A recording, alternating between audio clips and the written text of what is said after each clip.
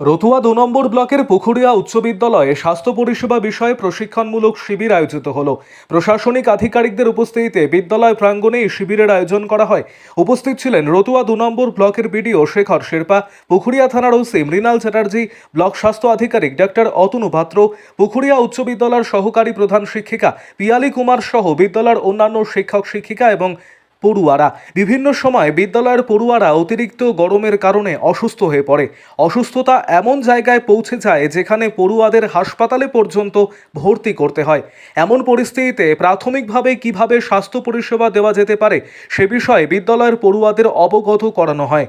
ছাত্রছাত্রীদের পরিবারের কেউ অসুস্থ হলে বা গ্রামবাসীদের কোনো অসুস্থতা দেখতে পেলে কিভাবে তারা তড়িঘড়ি পদক্ষেপ নিতে পারবে প্রাথমিক পর্যায়ে সে বিষয়গুলি বোঝানো হয়। শিক্ষক দিবসকে মাথায় রেখে এই ধরনের সচেতনতামূলক কর্মসূচি গ্রহণ করা হয় বিদ্যালয় কর্তৃপক্ষের তরফে। আরও আপডেট থাকতে আমাদের ভিডিও শেয়ার ও ফেসবুক পেজটিকে লাইক করে ফলো করে দিন।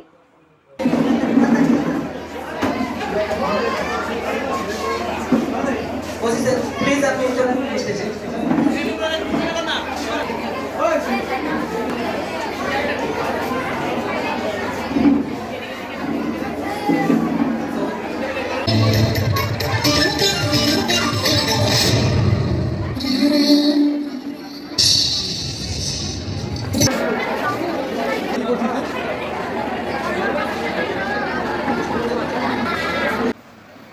আজকে ফার্স্ট এড ট্রেনিং প্রোগ্রাম আমাদের স্কুলে আমরা অনুষ্ঠিত করতে ফার্স্ট এডের ট্রেনিং প্রোগ্রাম আড়াইডাঙ্গার বিওগেজ ডক্টর অতনু পাত্র আর তারই মেডিকেল টিম তারা এসে এই প্রোগ্রামটাকে সার্থক রূপদান করলেন।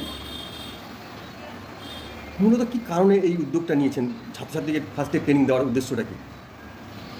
আচ্ছা, ফার্স্ট এড মানে তো বুঝতেই পারা যাচ্ছে প্রাথমিক চিকিৎসা। বেসিক্যালি তিনটে পি এই ফার্স্ট এডের সঙ্গে বিশেষভাবে যুক্ত। কী কী? একটা হচ্ছে প্রিজার্ভ লাইফ, মানে প্রাথমিকভাবে কেউ খুব অসুস্থ হয়ে গেল, তার প্রাথমিকভাবে তার জীবনটাকে রক্ষা করা। সেকেন্ড হচ্ছে প্রিভেন্ট ফার্দার হার্ম, পরবর্তীতে যদি আরও গুরুতর না হয়ে যায় পরিস্থিতিটা।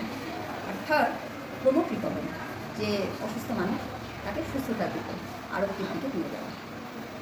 বেশ কিছু সময় ধরে আমি আমার স্কুলে দেখছি অত্যন্ত গরম পড়ছে, গরমে ছাত্রছাত্রীরা অসুস্থ হয়ে যাচ্ছে, রোদে মাথা ঘুরে পড়ে যাচ্ছে, কেউ কেউ শ্বাসকষ্টজনিত সমস্যায় হঠাৎ করে ভুগছে। ছাত্রছাত্রীরা মারপিট করতে গিয়ে তাদের হাত পা কেটে যাচ্ছে। এছাড়াও নানাবিধ এই যে অসুবিধাগুলোর সম্মুখীন হচ্ছে, কোনোটা এতটাই ভাইটাল যে তাদেরকে হসপিটালে মুভ করতে হবে। এই যে প্রক্রিয়াটা, এটা 1 ঘন্টা লাগবেই আমাদের এখান থেকে পুখুরিয়া থেকে আড়াইডাঙ্গাতে নিয়ে যেতে।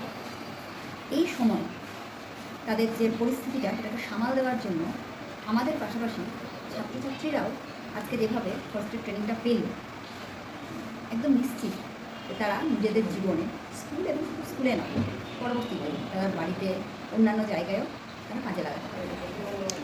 এটা একটা বেছে নিলেন কেন? মানে শিক্ষক দিবস বলেই কি বেছে নিলেন? নিশ্চিত তাই। শিক্ষক দিবস আমাদের স্কুলে একটা অ্যানুয়াল প্রোগ্রাম, সবচেয়ে বড় প্রোগ্রাম। দেখে আসছি আমি বিগত 12-13 বছর থেকে ছাত্রছাত্রীরা দারুণভাবে উদ্যোগী হয় এবং আমাদের জন্য, শিক্ষক শিক্ষিকাদের জন্য অনেক কিছু তারা করে। আমরা সারা বছর ধরে তাদেরকে পড়াই, অনেক কিছু দিই, অনেক কিছু তাদের কাছ থেকে পাই, কিন্তু বিশেষ এই দিনটাতে ওরাই শুধু আমাদেরকে দিয়ে যাচ্ছে, আমরা কী দিতে পারছি তাদেরকে। এটা তাদের জন্য একটা স্পেশাল গিফট, যেটা তাদের সারা জীবনের পাথেয় হয়ে থাকবে। কেমন লাগছে এই ছাত্রছাত্রীদেরকে এই শিক্ষক দিবসের দিনে একটা ফার্স্ট এড ট্রেনিং দেওয়ার ব্যবস্থা করেছেন আপনি, মানে আপনার নিজস্ব উদ্যোগ দিয়ে একজন মহিলা হয়ে কী বলবেন? প্রথমত বলি যে আমি এই ডিসক্রিমিনেশনটাকে বিশ্বাসী নই। হ্যাঁ, দ্বিতীয়ত আমার ছাত্রছাত্রীরা যেভাবে এই ট্রেনিংটাকে গ্রহণ করলো, তারা যেভাবে আপ্লুত, এটা দেখে এর চেয়ে বেশি প্রাপ্তি শিক্ষক দিবসে শিক্ষক হিসেবে আর কিছু হতেই পারে না। এটা আমার কাছে পরম প্রাপ্তি।